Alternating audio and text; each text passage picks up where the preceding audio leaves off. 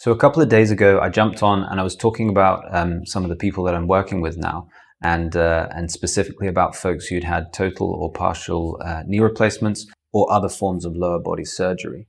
So I wanted to tell you about one of those people because I mentioned at the time that some of those folks had kind of been cast aside after their post-surgical rehab. So I want to tell you about Sarah today.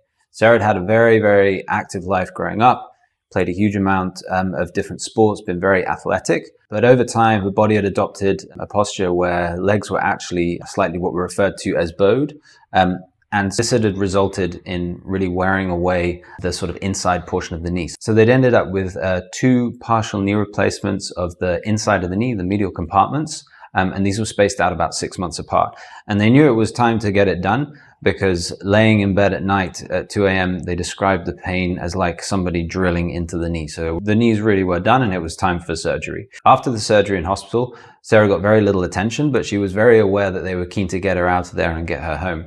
And they were visited by a young rehab professional who forcefully took hold of their leg and forced it to a bent position to make sure that they could tick off a chart to say that they'd hit a certain amount of knee bend to get them out of there. So that was the situation. Knee bends enough, okay, get out of here. Here's the leaflet, go home, get on with it on your own. And then they were sort of lost in the system and never received any follow-up. So I started working with Sarah not long after their surgery, probably sooner than I would have had, because there wasn't actually a period of standardized rehab to go through.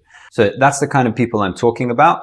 And check it out in a couple of days and I'll let you know how Sarah's got on.